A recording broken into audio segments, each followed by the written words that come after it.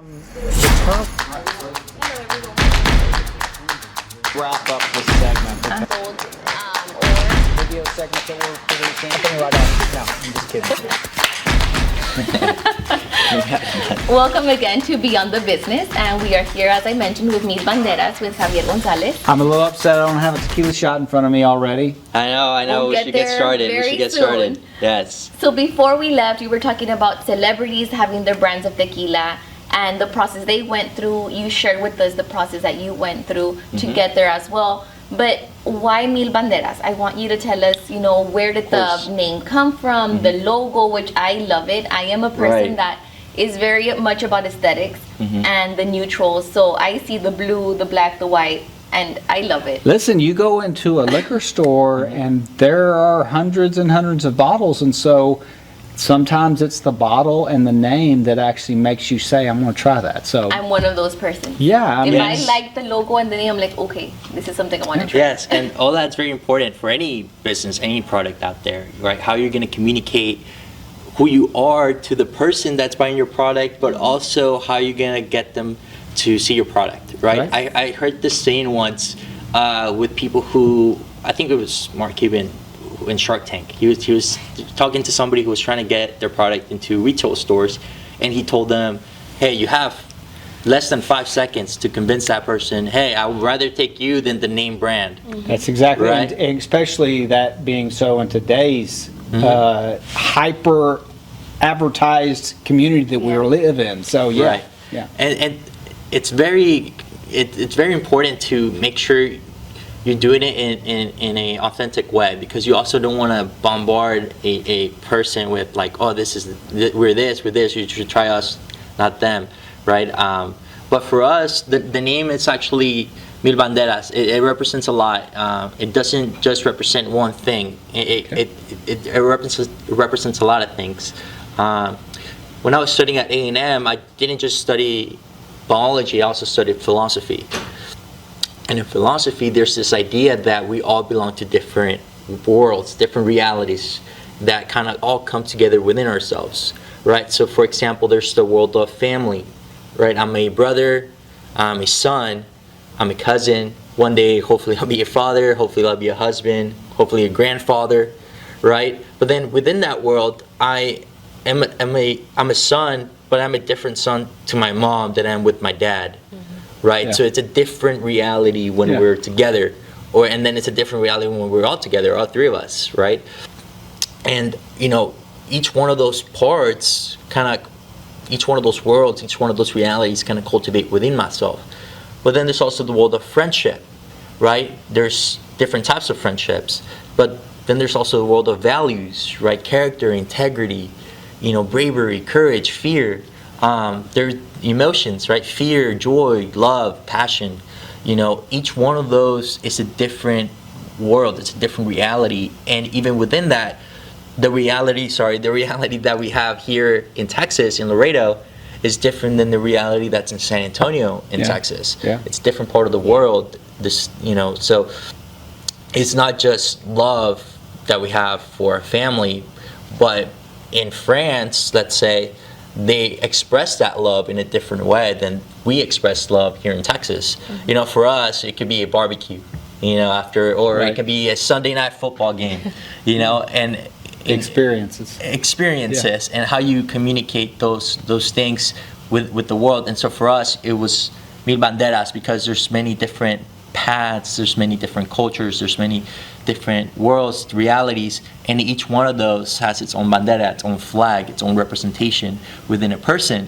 And if you're able to cultivate all those worlds and paths within yourself and share it over a bottle of tequila, you're not just making your community better, and you're not just sharing a piece of who you are with the world, but you're also respecting the spirit of agave that is within it. Like, it's based on family, friendships, and having dinner and conversations, sharing stories, sharing moments. You're respecting both your community and also the spirit that you're sharing with that community, and as well as yourself. So that's why we're Mil Banderas, because there's thousands of worlds, thousands of paths, thousands of cultures, and wait a minute, let's take a breath a minute. Sorry, I tend to talk a lot. No. I apologize. I was going to say, wow. I mean, listen, we deal in 15, 30, 60-second increments in our advertising world. And so it's very rare that a business owner is able to express a story like that. And so it's nice to be able to have that as a, not necessarily a mission statement, but a historical significance of your business, and to know and feel that was passion right there. I know. That was passion. Yeah, I could tell that this is why you chose this type Yeah, of no business. I kidding. could see the passion Yes. behind the tequila. And that's what tequila is all about. You know, you were mentioning, I mentioned celebrities. Yeah. And for them, it's just this other thing. More income. Yeah, it's for the most It is part. just a new Another- revenue stream. Yeah, source of income and for that's me. okay, you know, to each their own. But to me, it was much more than that, you know, because to me, tequila was always found at a barbecue, or at a quinceañera, or at a wedding, or at a celebration, or at a nice dinner, or it could also be found at, you know, a party, you know, with your friends in college, or Sometimes even know, at your sad moments, people That's- drink.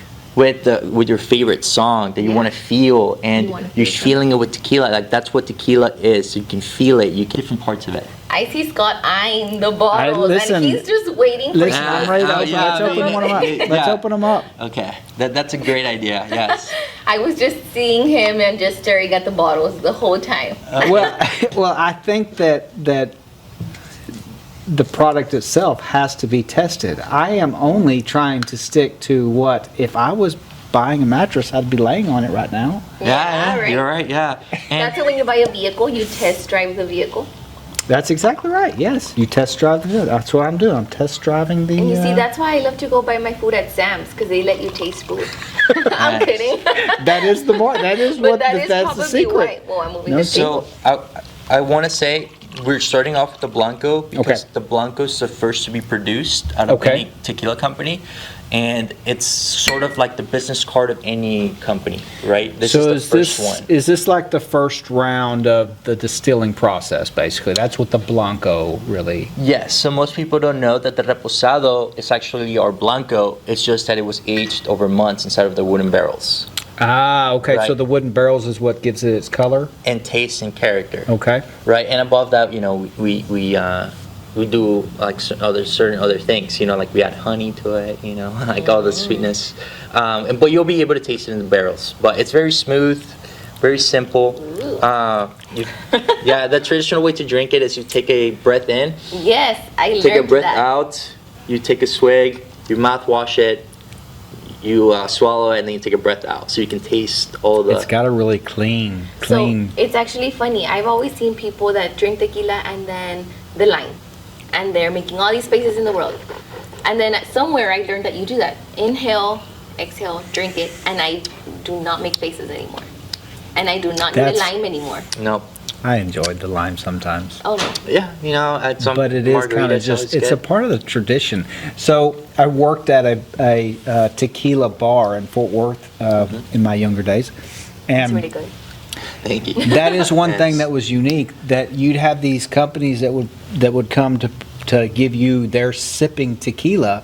Yeah. They didn't have salt and lime there. no. It was something you set with in a glass and you drank it just like you enjoy would it how anything it is. else. Yeah. Exactly. Very Very good. good. Very good. Thank you. All right, let's Thank try the Reposado. Well, what I was gonna say, so that's the Blanco. Again, you can taste the agave. So, a neat trick, a neat trick that I learned in Jalisco was, if you take a tequila that's 100% agave azul, right, with 0% additives, and you kind of pour it over your hands, and you wash your hands with it. I know it sounds funny, but if you Wow. take Really?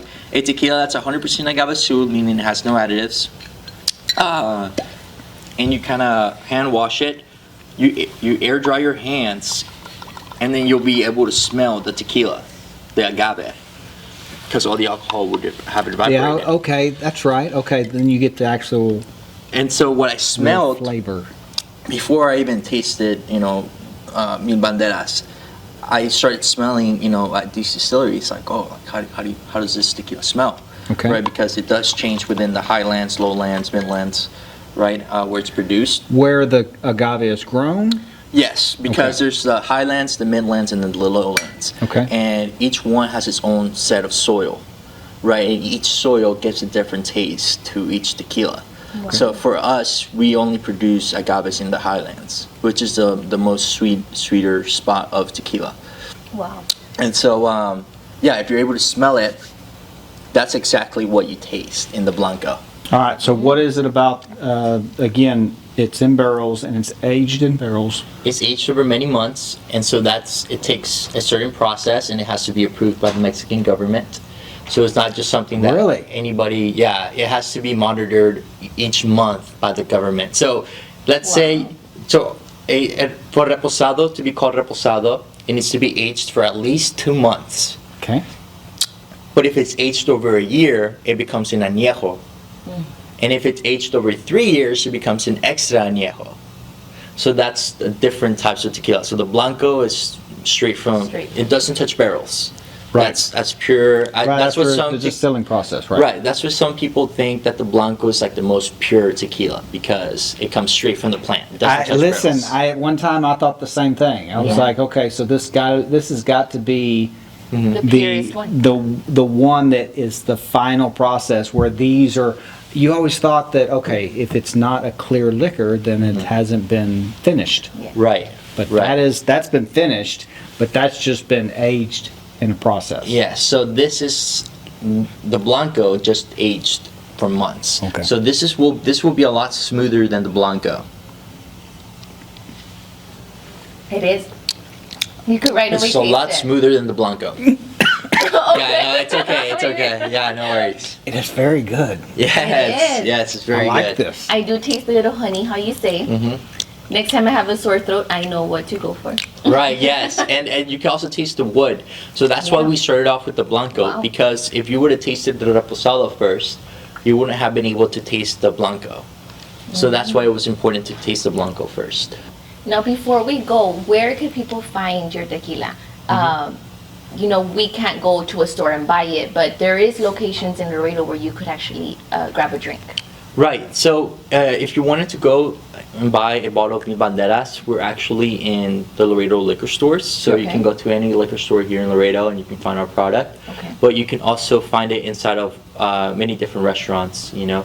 There's the ones I know that were very, you know, prone to people going there and drinking tequila, or like Palenque Grill, República, Border Foundries, you know, the Hawaii Loca, Eduardo's, Military Wings, you know, those type of spots. And that is how this starts. I mean, you're a manufacturer of this in Laredo, and so therefore you're creating a customer base in Laredo that you can then, I'm assuming, expand distribution to other cities from Laredo. Right, and so that's why we just expanded towards San Antonio. Okay. So we began sales in San Antonio, which is very good for us and very good for Laredo, I feel like, because you know, Laredo's the #1 port city in the United States, and I feel like we get lost sometimes in the sauce. And if I'm able to bring Laredo's name out into the Putting world, us on but in the a map. different way, Yes, on a you know, different way. because I feel like you know, it's very different. You know, it's a very different business. You know, I don't feel like it's, you know, something that comes around very often. Yeah. And for me to be able to start in my hometown and be able to grow with my hometown, it's a true blessing. You know, it really is, and it goes back to the name. Yeah. You know, sharing who you are with the community and making it better. So that's Mil Banderas. Thank you so much. This is definitely gonna go into one of my favorite segments, Mil Banderas. Mil Banderas. And Yes. This is one of those ones that we'll continue to try to copy again. Yeah, no, definitely, yes. And there's still so much left to be said, you know. we're There's gonna the have color, to have a the second logo. segment with Mil Banderas. Second segment, yes. We're going to try out margaritas and palomas next. We're gonna do Palomas next, yes. Yes. Spring and summer is coming, so you need to give us Spring and ideas. summer, yes.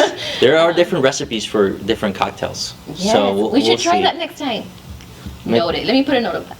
Yes, different Bring our recipes. blender. Bring our blender, lines, everything. Yes. Well, limes. thank you very much. Again, No like worries. I agree that I think that you manufacturing a product has a different process in terms of getting it to consumer, and we appreciate you coming in and kind of giving us a history of how it was made, because again, we sell cars for auto dealers, we sell mattresses for mattress dealers, we sell furniture for furniture stores, but they don't make any of that stuff. Right. They're a distributor of that product, and so it's nice to have somebody from Laredo manufacturing something that we can all be proud of community-wise. Right. And we salute you. And Can't wait to Definitely, see you yes. keep growing.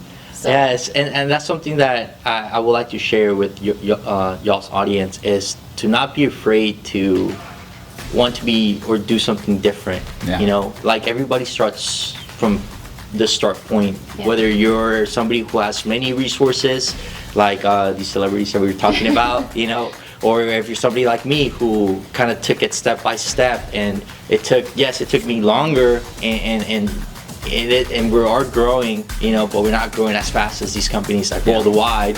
But it's about time, and it's about showing up every day and giving it your all, you know, and having that faith and that hope that people are going to enjoy your product, and, you know, to not be afraid to take that step, you know, not be afraid to step into the unknown. It's very important.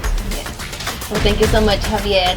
Hopefully you can join us again sometime soon. Yep, of course. And of course, don't forget to catch our next Beyond the Business segment.